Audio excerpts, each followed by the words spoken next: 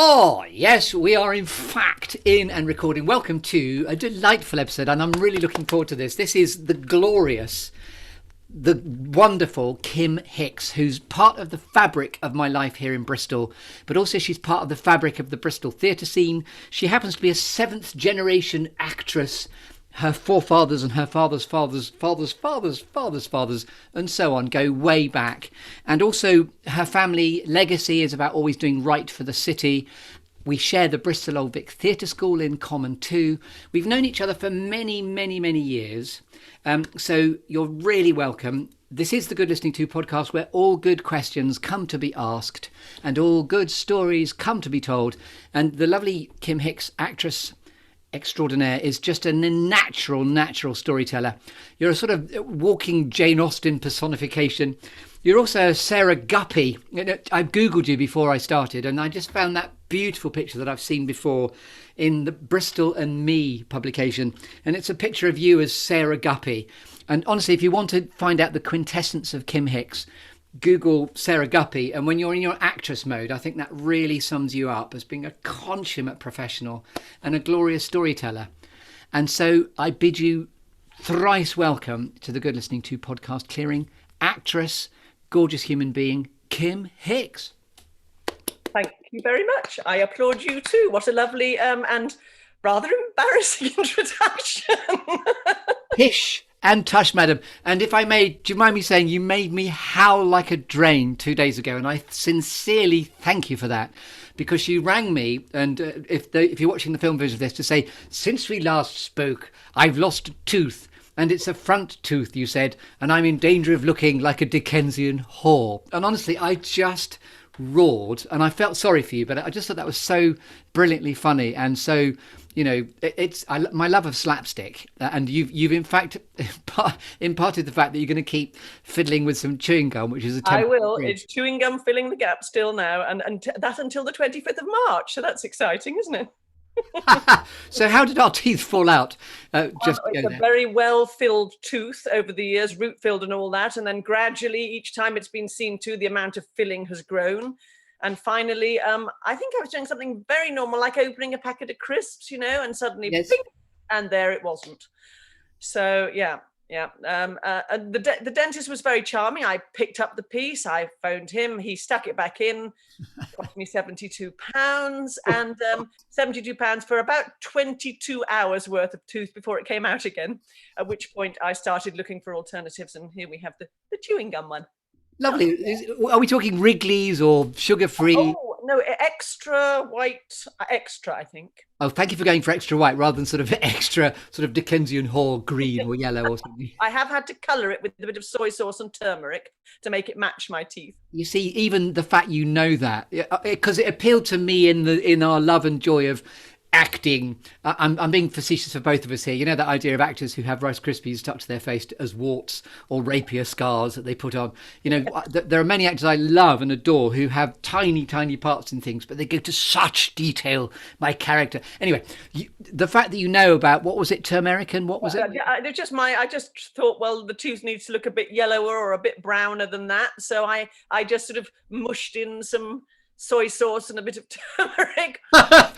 And yes, I'm making a fresh one every day. I love you for that, and for many other reasons, which we'll get onto. But also, you know, you are the consummate professional, because that is right there. The show must go on. So rather than going, oh gosh, I need to rearrange till post March the la when you're going to the dentist. Yes. Thank you for gracing us with your presence. And honestly, you are professional, because you wouldn't know unless you told us. Well, that's good. But I did actually tell everyone. I hope that's okay. You told everybody. You're very cool. So if we haven't got any reference to you, if someone meets you in the street, and you do look interesting, so I'm sure you get asked this quite a lot, if someone just turns to you and goes, oh, hello, what do you do? Over the years, Kim Hicks, what's been your favourite way of answering that? So if I say to you, what do you do? How do you answer that? Well, I will always use the old-fashioned term, and I'll say I'm an actress. And that, as you referred to in your introduction, comes out of seventh generation. All the women before me called themselves actresses, so it feels really weird to call myself an actor. However, I must say, these days it's now become so much the norm for all performers, or theatrical performers, to call themselves actors, Yes. that I do now feel a little strange calling myself an actress, and it's just stubbornness and tradition on my part that I refer to that. But that's what I'd say. Lovely. And the seventh generation thing, I know there's Star Trek Seventh Generation is what that suddenly fired up when you said seven generations. So just tell us a bit about that lovely story, because it was the Newell Travelling Theatre Company, was it? You're absolutely right. They were called the Newell Pavilion Theatre. That was not the furthest back. The furthest back that we know of was now I'll forget her name now. It'll come to me in a minute. But she was Edmund Kean's leading lady here in Bristol, apparently. Wow. Now I haven't yet found any reference to her. But I haven't been looking. I want to go to the theatre collection and have a look. Yeah. And it may have been she was just a chorus girl with Edmund Kean. Who knows? But the family legend was that she was Edmund Kean's leading lady, and I will in a minute remember her name. But, Lovely. And for one to be able to say that acting is in my DNA, in your case, it absolutely is. Yes, yeah, I would say so. My father chose not to be an actor because he grew up at a time when he'd watched his parents go through the most terrible poverty as coming out of the era of travelling theatre, and so having to join mainstream theatre, spending a lot of time out of work, always travelling, never had a home as a child. They just went from digs to digs. Yes. And I think he decided that wasn't the life he wanted for his children. So he opted for another one of his many talents, and that was painting. Trained as an artist, and then became an art teacher for 30 years whilst maintaining a professional career at the same time as a painter. And I remember one of the times we had a conversation on, it was Jane Hill's boat. You were telling us about the sort of conservation of the city and always doing what's right for Bristol. Yes. Your father and your family have done an awful lot to conserve something that not everybody knows. No, that's very true. I appreciate you offering me the opportunity to talk about it, because it's something I'm very proud of. I grew up with mum and dad taking these environmental battles to the city at a time when everything was being rebuilt post-war rather badly, and then cars and roads had become the sort of main focus. And there were the three major campaigns that are really crucial that they won. The big one was the Bristol City Docks, because they were going to fill in the Bristol City Docks and use that marvellous central city land that they'd created for office blocks and roads. Oh, so what a great thing to be proud of, the fact that is conservation right there. Yeah. So in our day-to-day footsteps. Very hard. What absolutely wasn't just them, but they were sort of central to the groups that there was the Bristol City Docks group and various others that fought for that to preserve the docks. Yes, and a delicious irony just then in me actually having that conversation where you told me that fact when we were on the docks, which wouldn't have been there. Probably why I probably said, you see that water out there? That wouldn't be there if it wasn't for my mum and dad. Yes. Lovely. So if I may, I'm going to take you through the wonderful storytelling metaphors of the Good Listening To podcast. So the first thing, it's a clearing, first of all. So we're going to talk about clearing, then we're going to do a tree, then we're going to do alchemy gold, then we're going to do cake, bish, bash, bosh. So first of all, thank you for preparing just what you thought about saying before we did this. What is a clearing like for you, Ms. Kim Hicks, actress, beauty and extraordinaire person? So I thought about what a clearing was for me, and if I am very literal and go with the word clearing, it's to do with having space to think, space around me. And I have sort of two areas that I go to for two main areys where I feel I'm best in that mode, and that would be nighttime. At nighttime, I tend to stay up very late, so I'll stay up till 4 or 5 in the morning quite often, because that is a time when you've not got these irritating phone calls, like there's one ringing at the moment, probably wanting to sell me something, and I do like that tranquility. I think maybe that built up. I was always a late person, but I think that built up when I had kids. So definitely a night owl rather than a morning lark. Very much so, very much so. Yes, the morning and I are not very often well acquainted. Morning lark or evening fart. Another way of saying it. Not that I'm calling you an evening fart, obviously. So yes, the dead of night is lovely. Also, a clearing space for me is very much swimming, water, the sea preferably. I find that's a really lovely space. Again, it's kind of away from everything, and there's that. I can remember as a kid being in swimming galas at school, and I hated those because you had the silence as your face was under the water, and then you had the as you came up to breathe, as all the children were shouting, "Go, go!" You know, house so and so, whatever it was in school galas. I like that stillness, that tranquility. So there's an immersion like there is in the dead of night. There's an immersion in the water. Immersion. I would. That's a really good description of it. And I suppose that would expand into my third choice of space for a professional clearing is just an empty rehearsal room.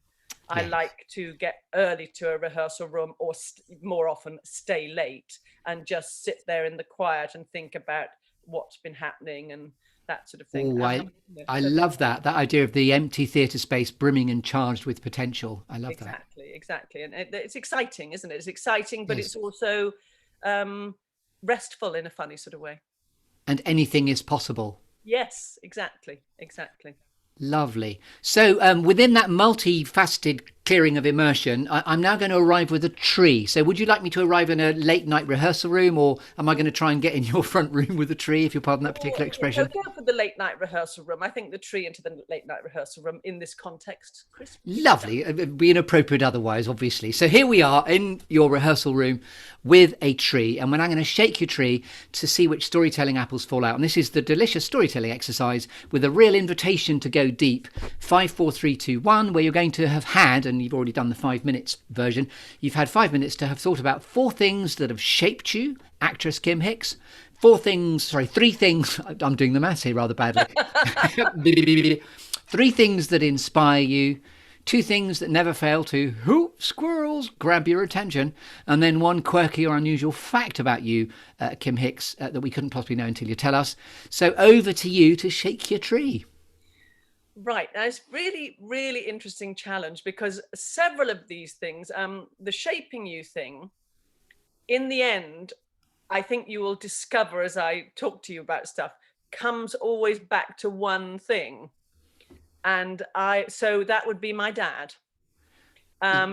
Because obviously for me, theatre has been a hugely shaping thing, but that came from his family background. So that came via him to me. And even though he wasn't on the stage when I was a child, my auntie, his sister, she was 20 years older than him. So she wasn't actually acting when I knew her, but generationally down it came. So that was one. But my dad was hugely, he was a very unique person. He was orphaned as a child. When I say orphaned, a single parent orphaning, and when his mum could no longer work as an actress because she was being held back by having a small child she had to look after on her own, she applied to Noel Coward, and she said, "Can you help me? I understand there's an actors orphanage of which you are head honcho. Could you take my son?" And he wrote back to her. I don't think we still have the letter, which is very sad, but he wrote back and said, "Yes, I think we can manage that, Mrs. Newell." And Dad went to the actors orphanage. Wow. So and that was based in a place called Silverlands. And the thing is, if I talk about Dad too much, I'll be in danger very much of telling you his story, because I love his story the best. His story to me is the most interesting. Have you ever done a theatre piece about his story? Not yet, no. And I'm very it's very much in my mind to see if there's a way I can do it, because he and my mum, for me, had a very romantic story. They were an incredibly close couple. And I think that, in terms of shaping me, it was that it's dad, family, that sort of thing. Theatre, the shapers. What else did I write down? Yes, of course, the family sport of judo. Yes, because you was also very influential for me. And interestingly, I was actually doing judo myself for about 3 or 4 years before I started at theatre school. Right. And all the stuff we started to learn in those early classes, sitting there in Bristol Old Vic and talking about voice and so on. However, this has got to become so much an integral part of you that no audience member would notice that you are projecting your voice, except that sort of thing. And to me, it just kept ringing these judo bells where I thought, yes, exactly the same. You learn a technique in judo, pull with this hand, drive with that leg, whatever it is. But if you're thinking about that as you do the attack, you'll be way too slow and they'll get away. It has to have become such an inbuilt part of your embodiment of the sport. Yes. Linked beautifully to your embodiment of the space that you then step into to perform. Exactly. So constant, this lovely by the way, now you reference, now you say that, when I think of you as an actress, in all sincerity, I think of the word embodiment, because I think that would be that Sarah Guppy photograph, I started out, having that sort of frisson and playfulness with you at the beginning, but sincerely, it's a really, really, carefully thought through construct of a character. So it is about your presence being sublime. Yeah, and I was very lucky to play that. That's down, as you know, to the wonderful Sheila Hannon of Show of Strength Theatre Company. She wrote the piece. Yeah. And, she says she wrote it for me, which is just magic to have someone write something for you. And again, I think this happens, maybe it happens to everybody, but as you get older, so many things bump into one another. So Sarah Guppy being a sort of central, influential woman in Bristol, who stood out, echoed my family to me. And so I felt really at home getting to know her and understand what she was and what she brought, And in terms of standing out within one's own community, everyone I know knows who you are in the Bristol circuit. Nice. No, that's a real compliment, because you are very much part of the fabric of, not least because of what your parents did, but you're from Bristol. You went to the Bristol Old Vic Theatre School, as I did. And I'm not trying to age us both, but even I was there donkeys years ago. I was there 86 to 88. When was your year? 77 to 80. Wowzers. And we were very much of a last of an era, weren't we? Because we had the Rudy Shelleys, the Nat Brenners. Yeah, exactly. Yes, Nat retired as principal in my last year, and Chris took over. That was great. I mean, you talk of stories, and it was nice you mentioned stories, because I know that's what this is about. But definitely, my life lives on stories. Storytelling. My dad was a lovely storyteller. Here we go again. And that's kind of how I see things. And the story I remember about Nat in his retirement from the school speech is he said to us, and I'm not good like some of the ex-Bristol are actually doing a good imitation of him, so I won't risk that. But he said, they say the cream always comes to the top. I'm sorry to tell you that in the theatrical profession, this is not the case. Oh, gosh, do you know what? The last time I saw him, he told me that story at the Alma Tavern. Yeah. But champagne corks, champagne bubbles, they all rise, but not... He sounds like a Dalek there, but he terrified me of the age I was, but I've had such respect for him since. But he did direct on Fear. He was very fierce. I mean, I at that stage, I was still very much into sunbathing. I'd spent my youth besporting myself on various beaches and getting terribly good at hitching my costume this way and that, so there would never be a white mark. Even if I couldn't go naked, which wasn't kind of the done thing then, an awful lot of flesh would be showing. I mean, I think my father once said to my mum, "Anne, Kim is lying on the beach with a tiny screwed up bit of cloth." Balancing rocks and things to avoid the white mark. Anyway, I chose to do that on the front lawn at the Downside Road, the theatre school. Yes. And I went into class with Nat after, and he was absolutely outraged. "Fuddle your brain out there. What do you think you are, Tarzan?" So he referred to me as Tarzan after that, so I politely called him Jane. I thought it was only fair. Oh, how lovely that you two are Tarzan and Jane. I love that. He terrified me, just by the by. There's an actor called Mark Bannister who he adored, and I think Nat had this idea of a spectrum of what a good actor is, and I think I was just on the peripheral.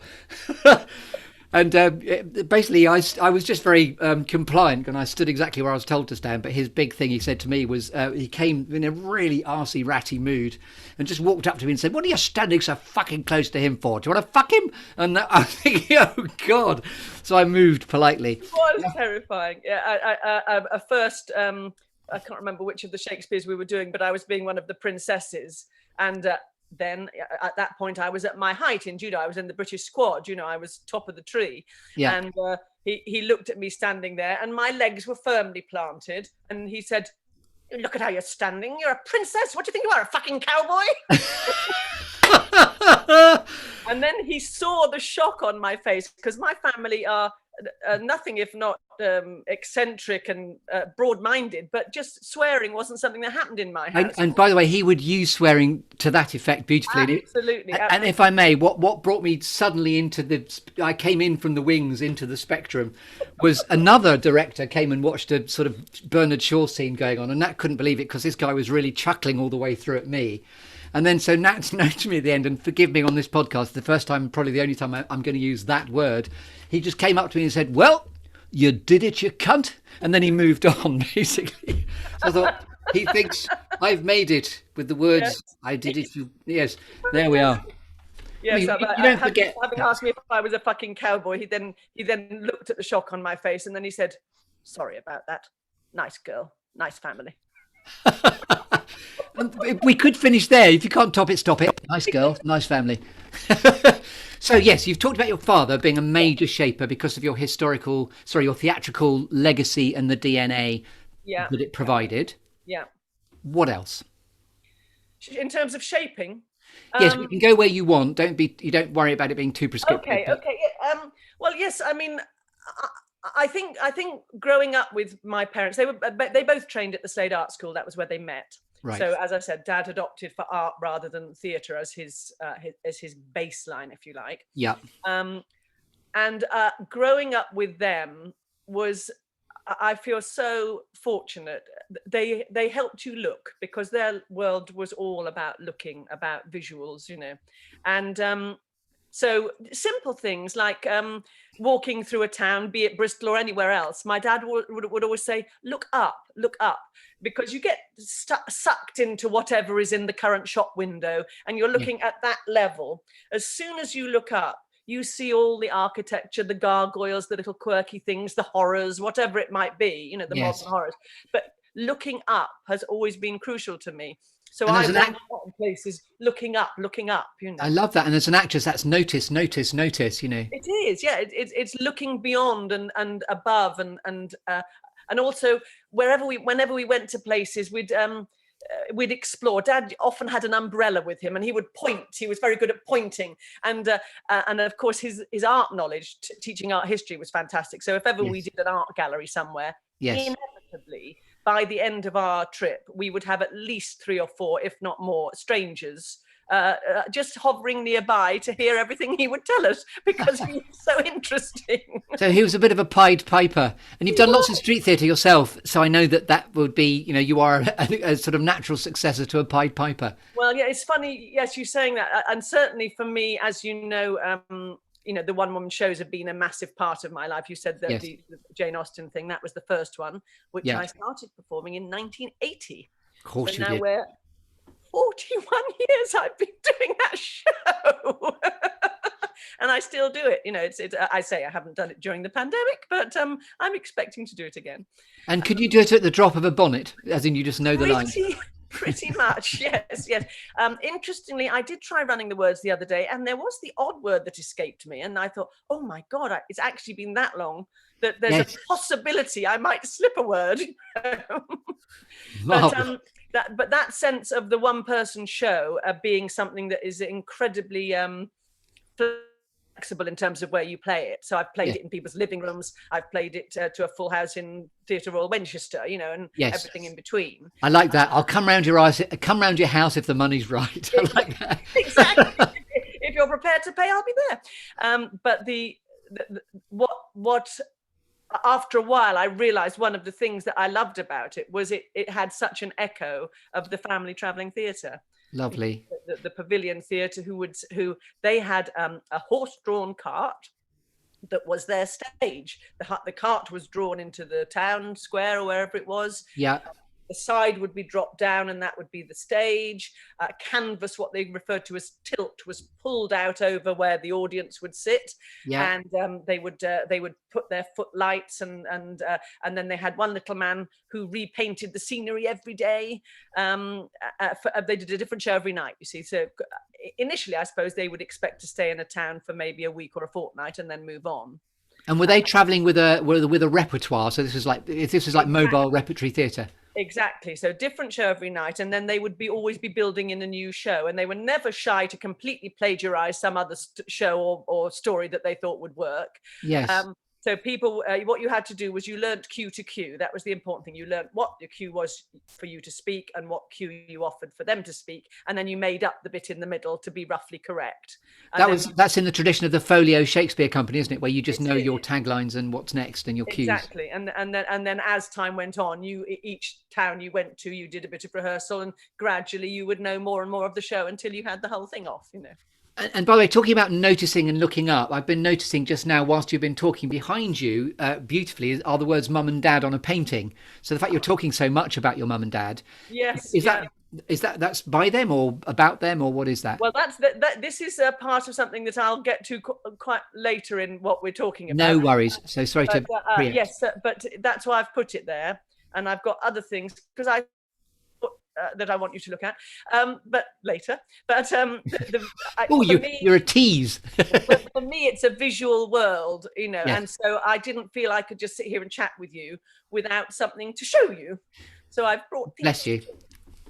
Wonderful, thank you. So we can get just to keep the structure. We've done the 4 things that have shaped you now. Would you agree? Or? I think so. Yes. I mean, let me just put at the notes I put. So I put dad and mum, artists. Yes, very much so. Theatre school, which was a big shaper because I think when I got there, I did the 3-year course like you. And I did the 2, actually. I did the postgrad because I drama teacher trained beforehand at the Central School of Screech and Chortle. Right. Okay. So it was interesting getting in there. My brother, who was 4 years older than me, tried for 3 years to get into theatre schools and always came, into the last 15 when they were taking 12, or he was always in an absolute whisker. And in fact, since my mum died and I've been going through paperwork, I came across a lovely letter from Nat Brenner that I wanted to share, that he wrote personally to my dad because he knew my dad, because dad taught judo to the theatre students and at that period. And he wrote and he wanted to explain why he hadn't offered Simon a place. Oh, how lovely. Yeah, and are you going to show that later, or is that... Sorry? Are you going to talk about that later? I wasn't going to. No, this has only just come to me as we talk. So what was the rationale? That's so lovely and generous that he would explain. Great because he said looking at Simon's degree of enthusiasm and his range of abilities and so on, in many respects he would make an excellent theatre school student. He would be a pleasure to have there. He said, but he felt that Simon hadn't got enough experience of the world, and that his presentation and theatrical thinking was all too superficial, wasn't coming from within enough, and he felt that this would mean he wouldn't get work in the real theatre, and it wouldn't be fair to put him through a training and then it have nothing to offer him. I don't know if my brother ever saw that letter because for those who don't know, my brother died 15 years ago when he was only 51, and I don't know if he ever saw that letter, if my dad ever showed it to him. But Simon went on to train as a theatre designer and then moved into working in film and film for judo, travelled all over the world filming judo and that sort of thing. So, and loved it. That quote that we can all take sucker because there's a yin and a yang for it. What's meant for you won't pass you by, but sometimes what you don't get is also for you. A bit like the universe is conspiring for you rather than against you. I think that's a wonderful way to see things, because I think it's so often the case. Okay, I leap now to something that just had struck me when we talked about inspiration. And I was recently very inspired by a young judo guy. Well, I say young, he's not young now. When I was a young judo player, there was this boy who was just coming up through the ranks of the judo world, and he had a terrible injury. Judo's an injury-prone sport, normally just minor injuries. This was a big one, and he was paralyzed from the neck down. Wow. And so there was a lot of fundraising done for new wheelchairs for Owen and that sort of thing. Owen has become a poet. What's Owen's second name? Owen Lowry. Yeah, he's become a poet. His wife, that's a massive story if I told you the whole thing. But anyway, I was involved in being asked to come and talk about the judo, the physical side of judo, for actors who were considering building up to doing a show about him. Someone had written a play about him. Okay. And so I was taken up to work with those actors for a couple of days on that. And he has since then, he's made a small, like a little documentary thing, all based around his poems, but you get a whole sense of his life. But you looked at someone who apparently his life had stopped. Yes. With this inability to move. The machine breathes for him. He can't breathe without the machine. Good grief. And yet he writes to you, "Dear Kim, I hope you'll like the film. I absolutely love it. So chuffed." He's having a rich and a wonderful life in a way that most of us could not imagine.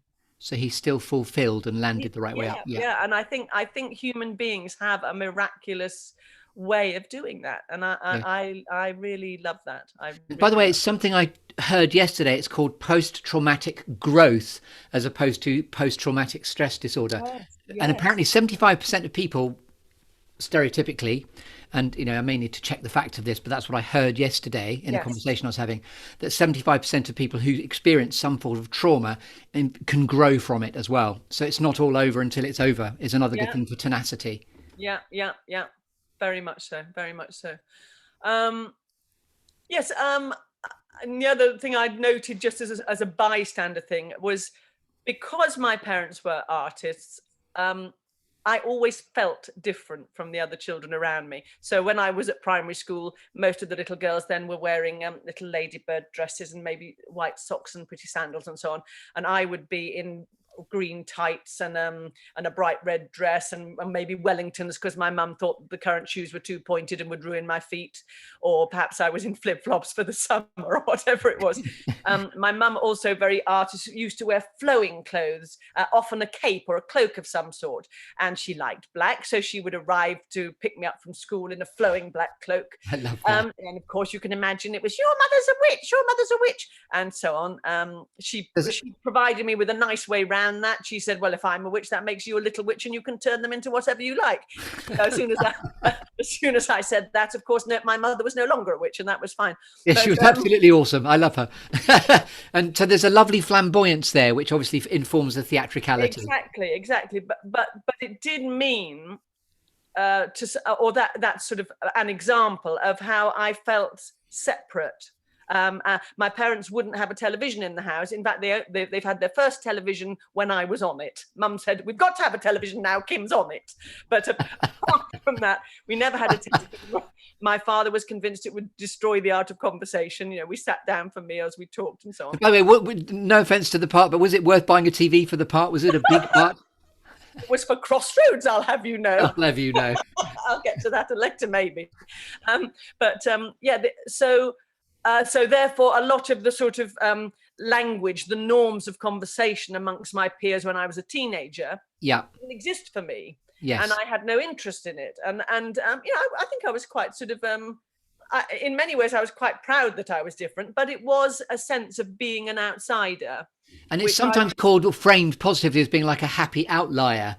Yes, and it's not necessarily alone. I wasn't happy at school. This was at the all-girls school. So having done for Bristolians, I did Westbury Park Primary School. Then I went to Colston Girls' School, which was just girls, obviously, for 5 years. And then I did my sixth form at Cottam School, where my dad was teaching. And I wasn't happy at Colston. It's a perfectly good school, perfectly good education, but I felt outside of everything there. Yeah. And I was shocked how happy I was once at Cottam. Okay. And there were lots of things that fed into that. We were only the second generation of girls coming into what had been a boys' school. Right. So we came in the sixth form. So our boys had all come up through the school without any girls. And suddenly into their sixth form swarmed these women, in we walked, fully adult in our appearance. And all these guys' eyes out on stalks at these women who... That'd be my kind of sixth form. I like that. That's good. But it was great. We had a lovely I'm just a caveat. If I was a sixth former too, I don't mean creepy going. I don't want that to be creepy. Exactly. It was lovely. It was a lovely time. And I suddenly realised I didn't have to feel outside of everything. Of course. Lovely. So you found a homecoming. I did, yes. And then at theatre school, I did feel separate there to some extent because I was the only one living at home still.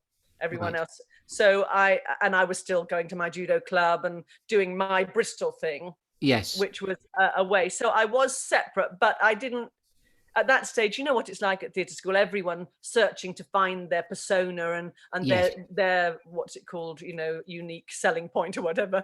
Yeah.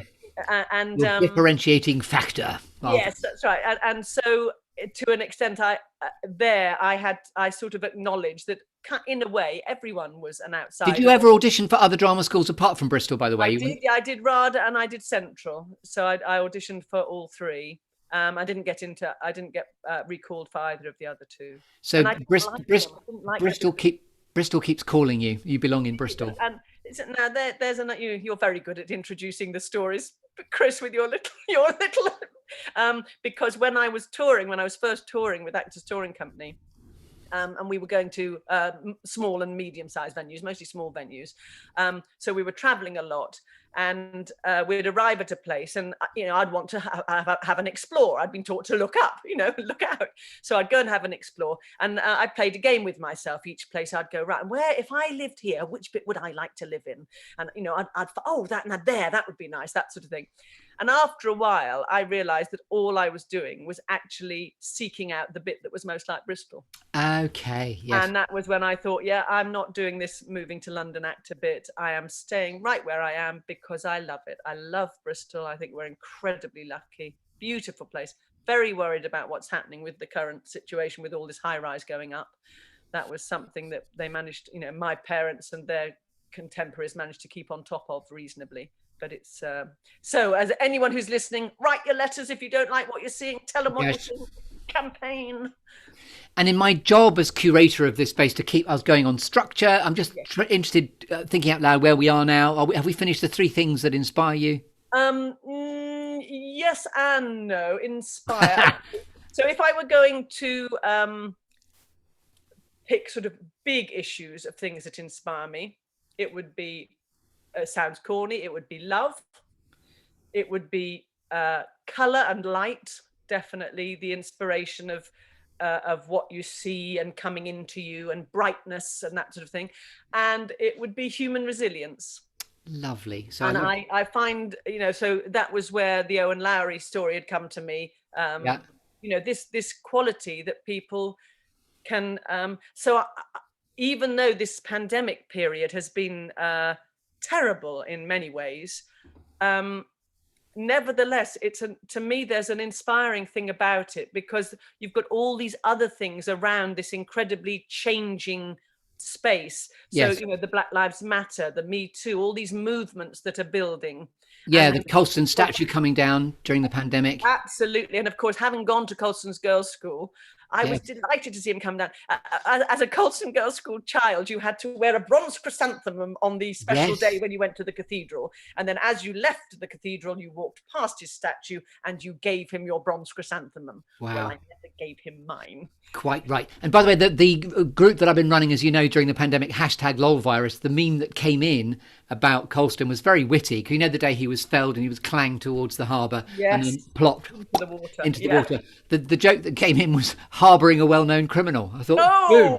Excellent. Okay. This is the #LolVirus group. Yeah, well, he is, in my view, and this is totally influenced by my mother, the actual work of art, the statue, is a beautiful statue. And if you look at it, very unusual, because most statues of people who are considered important figures are sort of up or looking out or stepping forward. Yeah. He's there, hand on his stick, thinking, my mum said, he looks guilty, doesn't he? He's got a very guilty expression.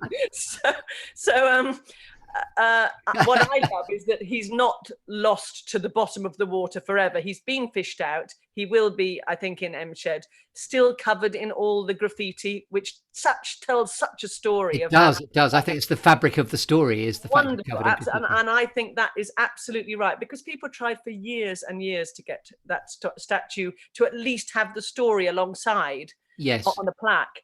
And when someone wrote the story, someone else would come along and say, oh, no, we can't really say that. And no, well, I don't think that's quite right. So nothing ever happened. And quite rightly, they said, the time has come for it to happen. down he comes. The time has come. The time is now, to borrow from Yes. Dr. Seuss. Yeah.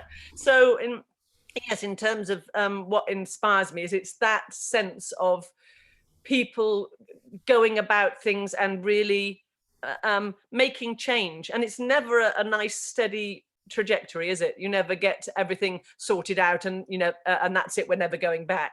Yeah, there's a chaos of life being a wicked mess involved in there somewhere. Like the war to end wars, was it? No, very, very soon after there was another going on.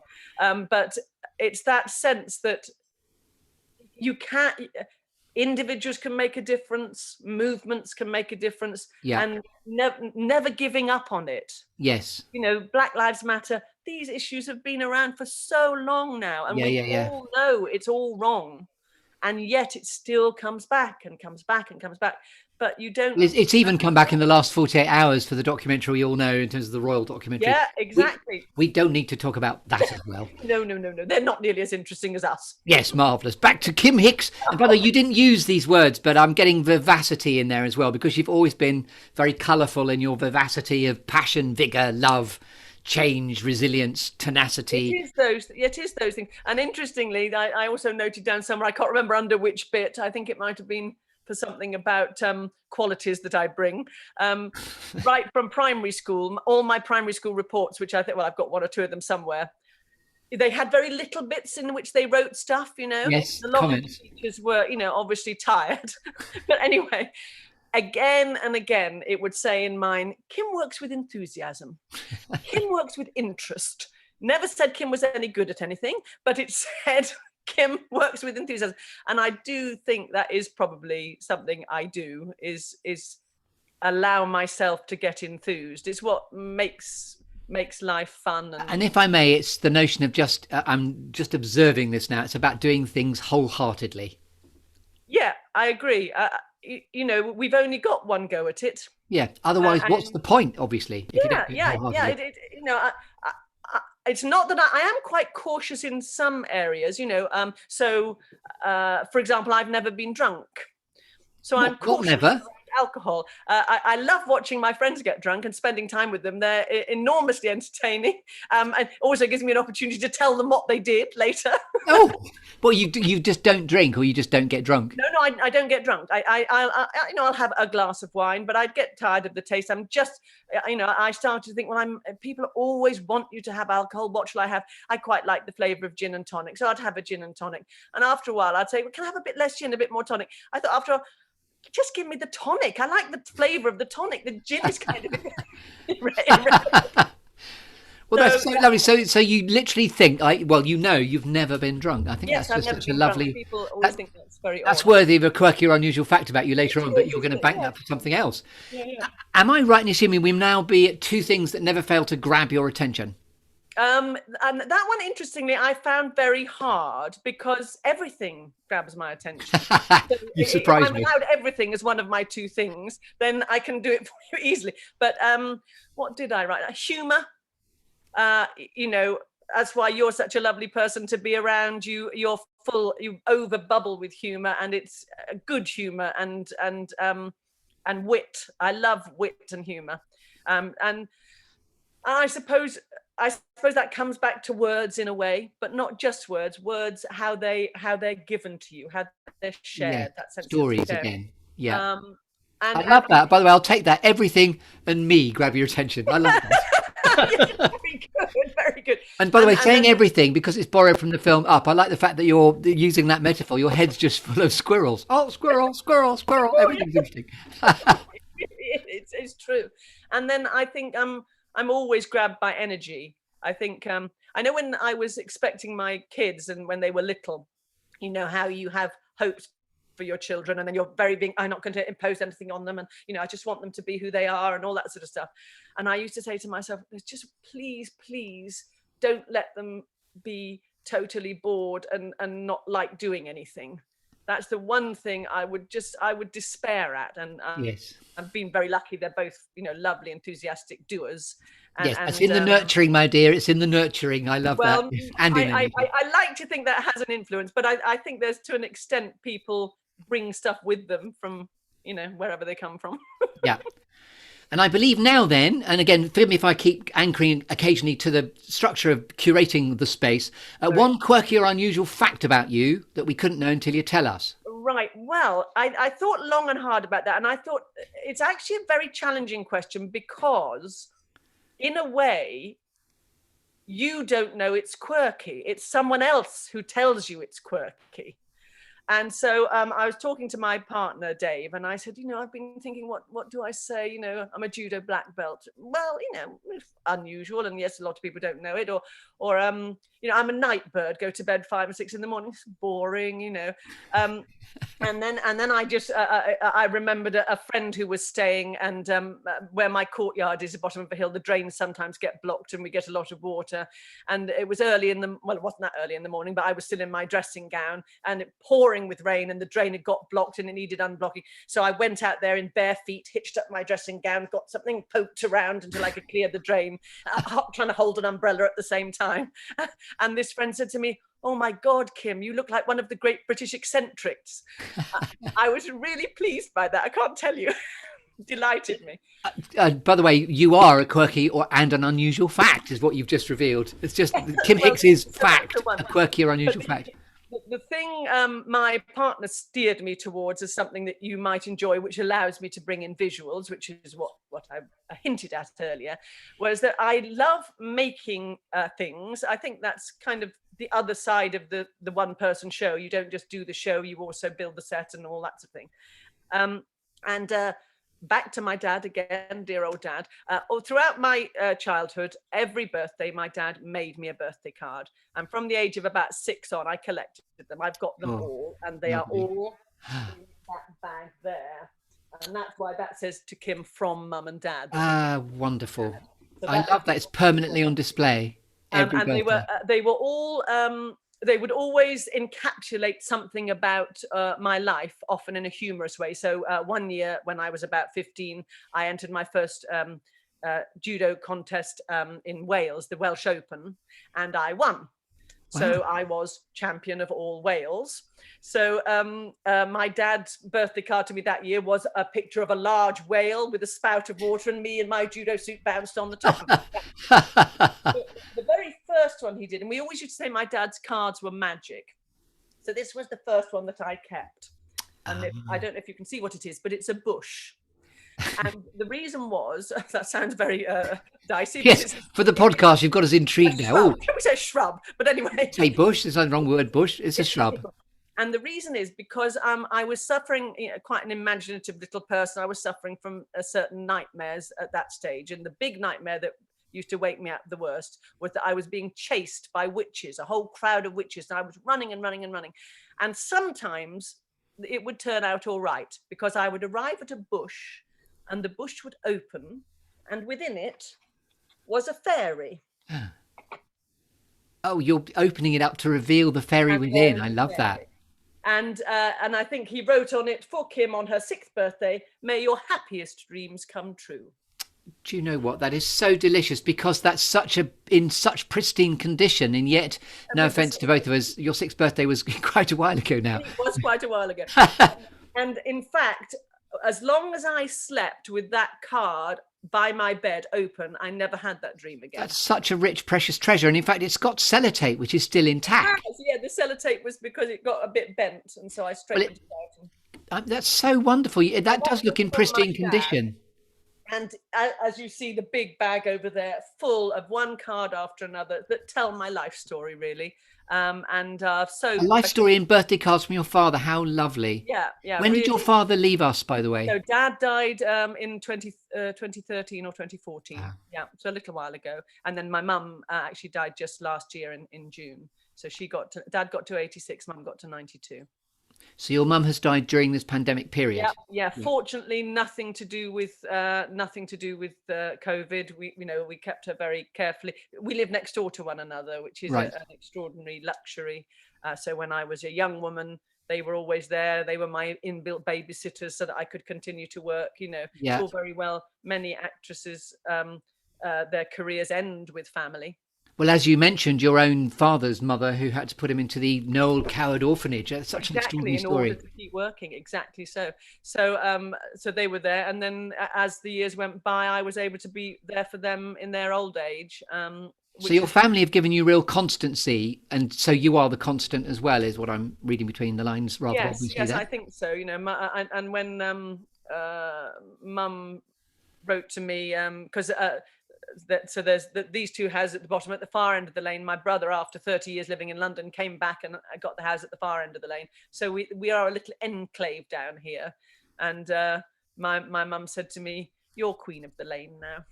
And the comedian in me, you don't call it Hicksville, do you? No, I thought we should call it Hicks's Bottom because it's down the lane. Of course we do.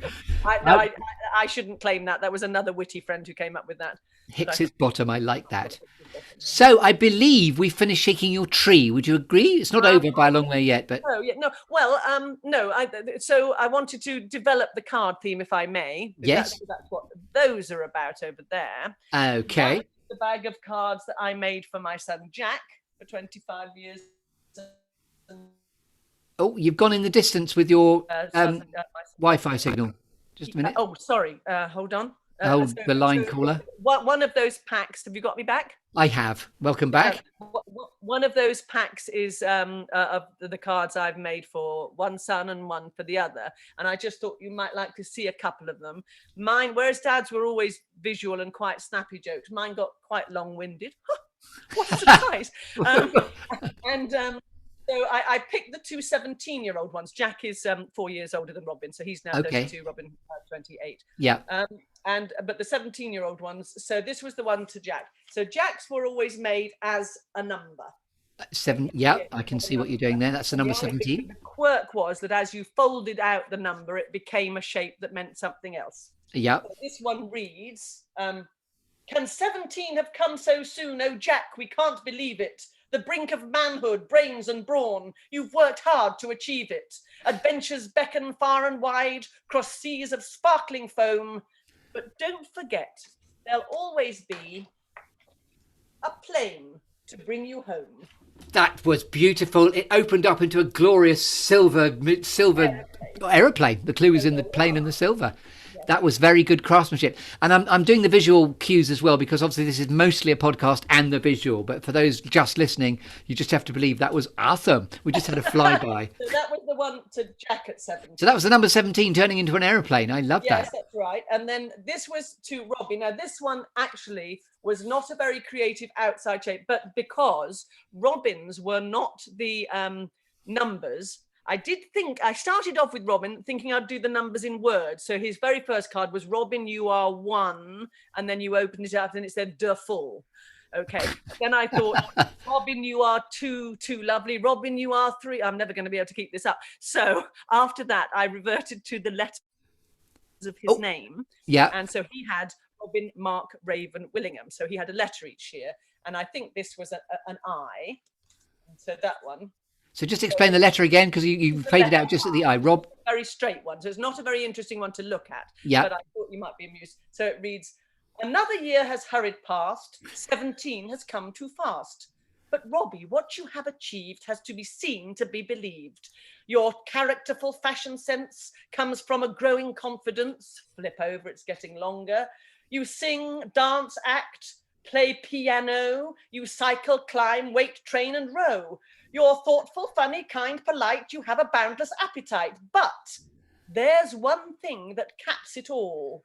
My son, you are insanely tall."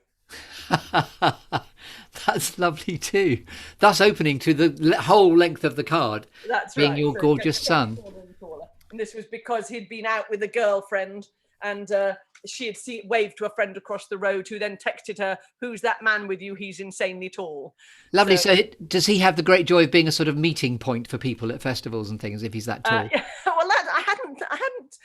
He definitely is a festival goer, unlike myself. I've never done it. How tall is he, just while we're planting? Sorry? How tall is he? He's 6'4", yeah. That is quite tall. I'm 6'1", so I'm a veritable... And he's lean as well, so he kind of looks tall, you know. Yes. Yes, he has so that. Just putting it out there, he could be a meeting point at festivals if all goes That's right, differently pear-shaped. So that was the sort of overall cards thing. And then the other thing is, again, just a quality about me, which we'll come to later, is this stubbornness and this thing that I don't let things go. I don't like saying goodbye to anything, be it a person or a tradition. It's terrible. So when I started, again, because my parents always made our own Christmas card, we always did ours. So when Bob and I were first together with Jack, that was our first Christmas card. Okay. Jack sitting on the potty. Hope your Christmas is as potty as ours. Not that these would be embarrassing for your adult kids at all.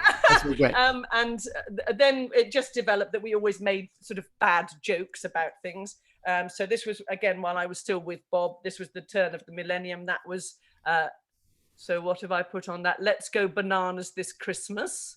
And, by the way, just to manage our listeners, it's just you and me as the listeners, I know, but just to manage our expectations, how many cards are we going to do? Oh, I know. I'm only going to do 3 more. There you go. Oh, poor Chris. Yeah, you see, you've let the genie out the bag. You're a resplendent genie. It's fantastic. You rub the lamp. Here we go. So, so there you see us disguising ourselves as bananas. And the tagline is, and have a fruitful new millennium. So that was that one. And there we are in the bananas. You are bananas is something I can obviously say at this point. Totally. And then a more recent one that I just thought would appeal to people is one, once Bob and I split up, obviously it was just the 3 of us. So that was us as the 3 Christmasketeers. I like that. The 3 Christmas. I see what you did there. I couldn't repeat it. Musketeers, and that was, and we wish you a swashbuckling 2016. That's the joke there. And then to bring things full circle, now that Jack is married, we returned to the potty theme with my granddaughter. Ah, what goes around comes around. Yes. And, so that's so many years on. So it's a potty world this Christmas, but you're in for a treat seeing in 2020. That was that one. By the way, there's a delicious reincorporation there of the butt on the potty. Yes, I like that. That was that one. History repeating itself. And then I won't show you the one we did this year, because we're going to go green and go into not sending cards anymore and doing it online. So we sent a card that had encapsulated all the cards we'd done over the year, and that was quite fun.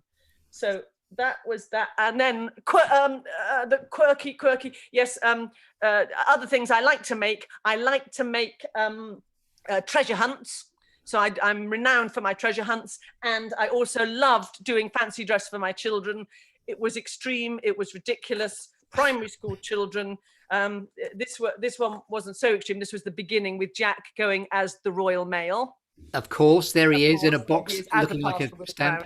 And I enjoyed making that stamp. And then this was one where he and Robin were, he was a wizard and Robin was a devil. Lovely. This is breaking the conventions of a podcast, because, of course, most people can't see what the heck you're showing us, but there is a film version. Entirely red, and Jack has a wonderful hat on and so on. But the point where I got to my worst, and really I was only competing with myself and my mother, not with the other mothers, was when the theme was myths and legends. And Jack went as a cyclops, which was actually a recycled costume of my father's and mother's. So he did literally have an eye in the middle of his forehead, and you couldn't see the rest of it. And Robin went as a centaur. Okay. And I made the centaur's back legs with stabilizers from a bike. Yes. And made the body with a bubble wrap and covered it in fur fabric so he could walk and his back legs trailed behind him. I feel very sorry and quite guilty for my children that I put them through that, but I thoroughly enjoyed it. And coming full circle then, I can call you again a quirky and an unusual fact in the fact you are Kim Hicks. I love that. It's wonderful. So I say you've beautifully broken the convention here of showing me lots of visual cues on the podcast, which of course... I'm very sorry. No, but you're doing delicious storytelling. So I've got to just put the cork back in on this section now. In order, because it's not over yet, you started to hurry there as if I'm going to try and get rid of you soon, but I'm not. So now we're going to move away from the tree, which has been given a damn good shaking, and we thank you for that. And now we're going to talk about alchemy and gold. Yes. Now, in the alchemy and gold, and I like to call it the diamonds beneath your feet in terms of your purpose, Kim Hicks, what is it that you know are your alchemy and your gold? What do you like to bring to the world? Right. Well, I return to my Kim works with enthusiasm, Kim works with interest. I think that is one of the things I would like to think I bring is enthusiasm and encouragement. I do, I just really love people. Yes. And I've been very lucky to encounter so many interesting people on my sort of journey so far. And I think because I'm a chatter, as you might have noticed, people, and I share quite a bit. Yeah. I think as a result, people share with me. Yes, there's And so, definitely a reciprocity there. yeah, so we get a sort of, I think it's that connection, if you like. I think it's Yes. connecting in, and I think that's the same with the one person show thing in a way, because you've got a situation where it's just you and your audience, so it's very direct. So Yes. you are connecting in a very direct way to the audience, as opposed to through them observing you. You're actually conversing with them to some extent, you know. And I've used the word vivacity about you already, but obviously the currency through which you transmit all this is just this really strong energy and a desire to connect. That's so clear in what your proposition is. Yes, yeah, I think that's and I suppose something a sort of example of that is a project I've been building over the last few years now, is a group I call Players Company, to which all performers are invited, and you only have to put your name on the mailing list and you get little emails telling you when our next gathering is. And it's I was very, again, staying in a city all your life, you get to know people and places and so on. So I was able to set up a thing whereby all these different venues would generously allow me their space for a couple of hours to meet with actors or performers of any sort, really, Yes. without charging us, because I promised I would never ask them more than once a year. And the more venues I had, it would probably be more likely every 2 years, just 2 hours of their space. And just plant the name of that beautiful initiative So it's again. called Players Company because Yeah. it's all about playing, really. Yeah. Sometimes we do very, very silly things, but it's whatever people bring to it. I very much wanted to avoid the term workshop, even though that's how people often refer to it, because it's not something where you as an actor pay and you learn something from somebody else that you might not have otherwise known. Yes. It's all about sharing of skills, sharing of ideas, doing whatever takes our fancy in a space that is not dominated by having to please the director or please the writer or anything like that. It's just about us. And I love the fact there's a recurring theme of wandering minstrelsy in the fact you change the location of where you meet. Yeah, different locations all the time. I do different days of the week, different times of day, because I want it to be, you know, so when I first started it, I had a lady write to me and say, "Oh, I'm so sorry, I'm never free on Tuesdays." And I was able to say, "Don't worry, it's going to be Thursday next time." And Yeah. so it's only all once about a month. flexibility. Yeah, so it's very flexible. We don't get massive numbers. I have certain people who are very regular. Other people come in and out. I suppose we've done about 50 now. 50 play dates, as I refer to them. By the way, we have something in common. I think this is about episode 50 of the podcast. So there's a lovely reincorporation of the word 50. Very nice, very nice. So it's and it's been really lovely. And you know, selfishly, I just have a lovely time with everybody. And sometimes what we do turns out to be absolute rubbish, and that's great, because it doesn't matter, and we've had a laugh doing it. And sometimes we delve really quite deep into stuff, and it's very thought-provoking. It's incredibly varied. It's not aimed at us being a production company. It's just about, and that came back to the family thing out of a conversation with my mum. And soon after my son had left, my youngest son Robin had left theatre school, and I'd watched him when he first came out, you know, daily doing vocal warm-ups, physical warm-ups, doing everything that he had done at theatre school. And then as time wore on, as these things do, it would happen less and so on. And then he got a lovely job touring with a group. Oh, I'll remember it again in a minute. Over in towards the other side of London. I ought to know my Kent. Yes, touring around Kent. Thank you very much. And the Canterbury Players. Something like that. But it's not. I'll remember in a minute. Anyway, he yes. So that particular company would audition by casting their main characters, but then when they wanted the subsidiary characters, all the main characters would be in the room at a sort of, it felt sort of like an open audition. And then the director would see who worked nicely with each other. Yes. Which the nature of ensemble. Clever, nice idea.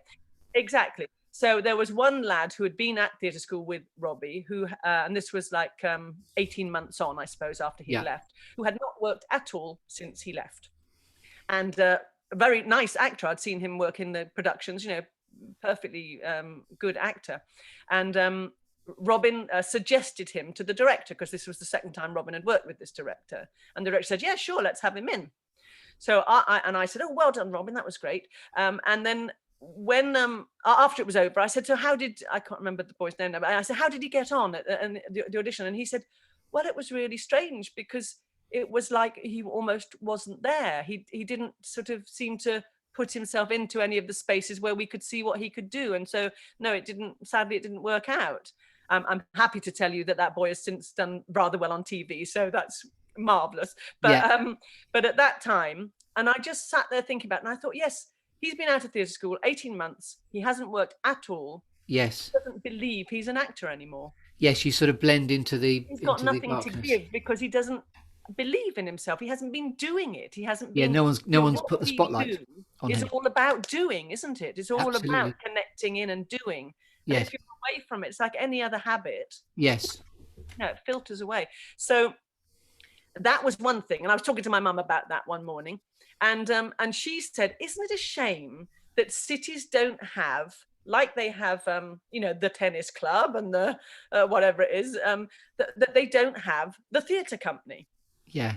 To which all the actors belong. And, they're not in every show, but they're all there. And when they come home from working away, they just return to the fold, to the place where they are in a familiar place that is continually developing their skills. And all those skills are being shared. Like a theatre club, actor club. Like a theatre club, but, fully creative. Anyway, so with that, and I thought, oh, God, I can't do this. I can't try and set up a company that does that. I can't do it. And then I thought, well, if I don't worry about the production side of it, which was what was going to be my big headache, I can certainly try and create playful spaces. By the way, that's such a lovely resonance with even what we're doing now. I've just had this desire to create a space where I can give somebody a damn good listening to. And actually, it's just a joy to be in a space where it's still flexing the desire to connect with people. It is absolutely that. And I think that's why I said to you before, Chris, even though you and I haven't worked at length together, we've bumped into each other in various routes, haven't we, with the role play work and that sort of thing. And I've always felt that about meeting up with you, however briefly. You're a very immediately connecting person, so I would, of course, love you to come and join us at Players from time to time when you feel like it, just for the hell of it. I sincerely will. I would like anyone to come, because I believe that between us, we don't need an expert to come and tell us how to do it. Yes. We just need to share the amazing, massive skills that we've got in Bristol or in any theatrical area. Yes.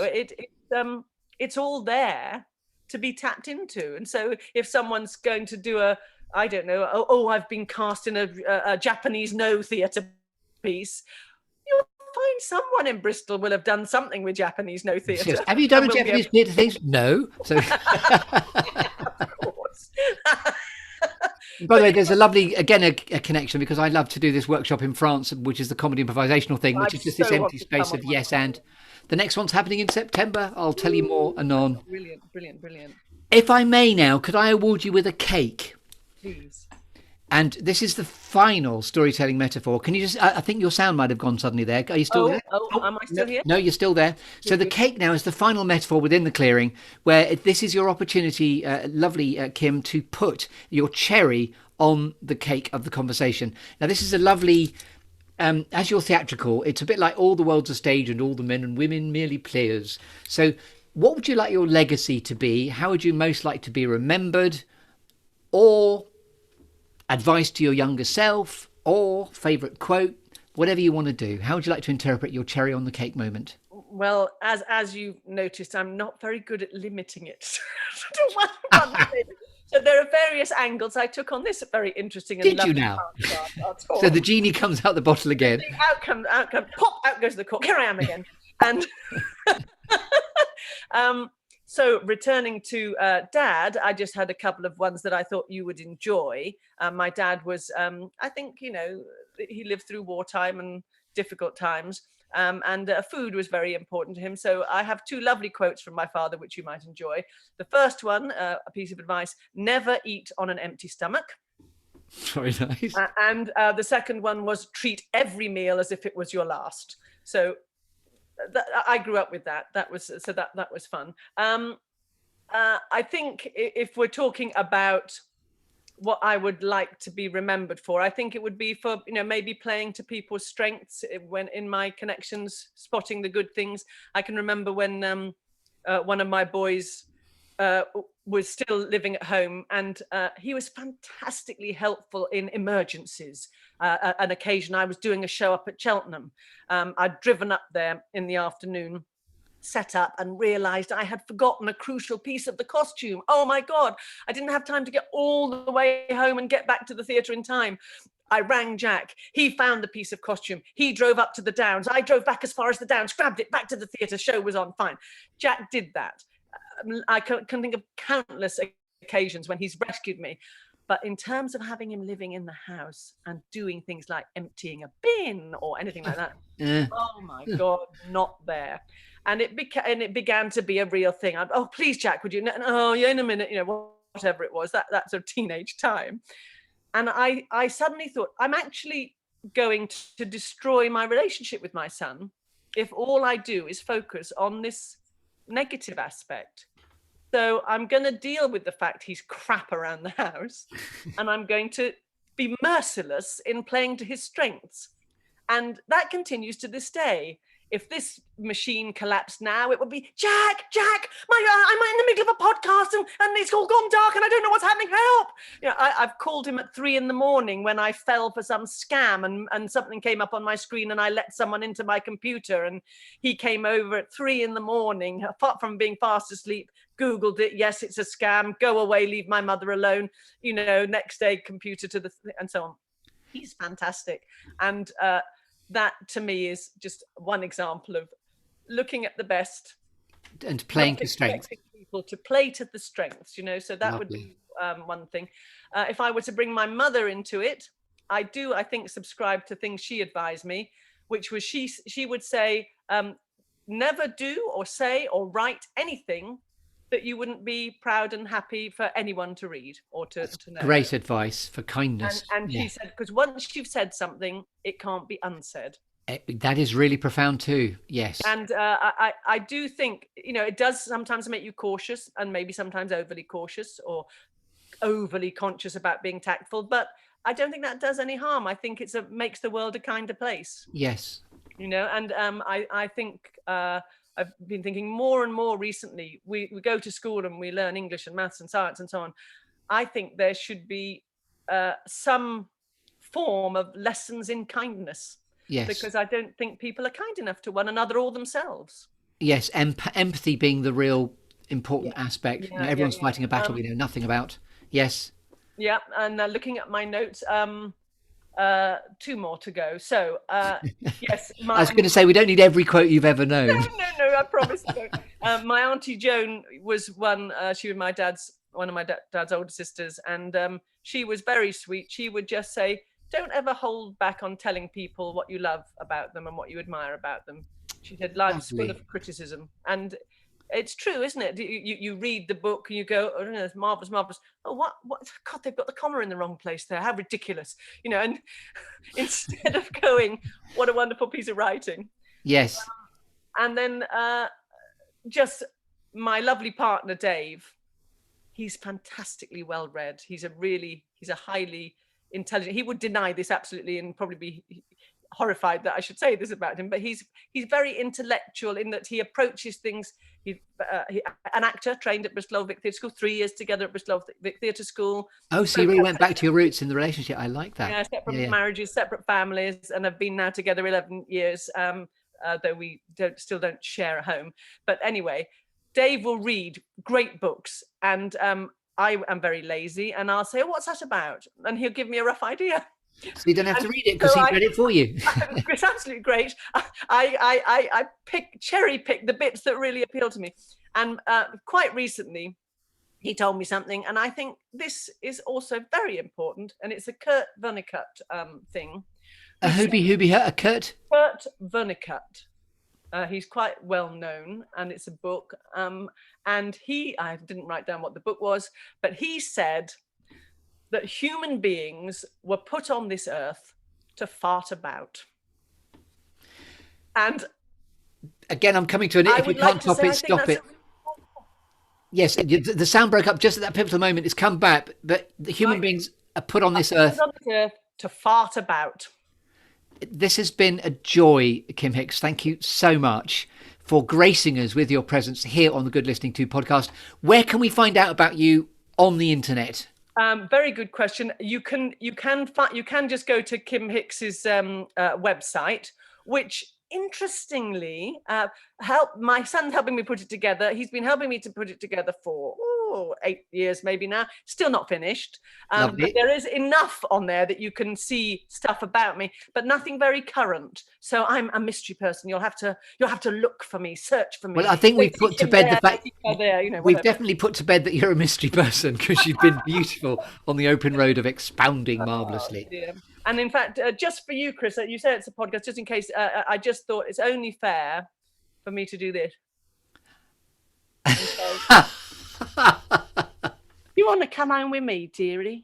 I love that. We've come full circle. You did warn me that you could turn at any moment, if it dropped out of its own volition, into a Dickensian whore. With your own words, not mine. But thank you. But anyway, thank you so much for gracing us, as it really has been a privilege, in the Good Listening To podcast with me, Chris Grimes.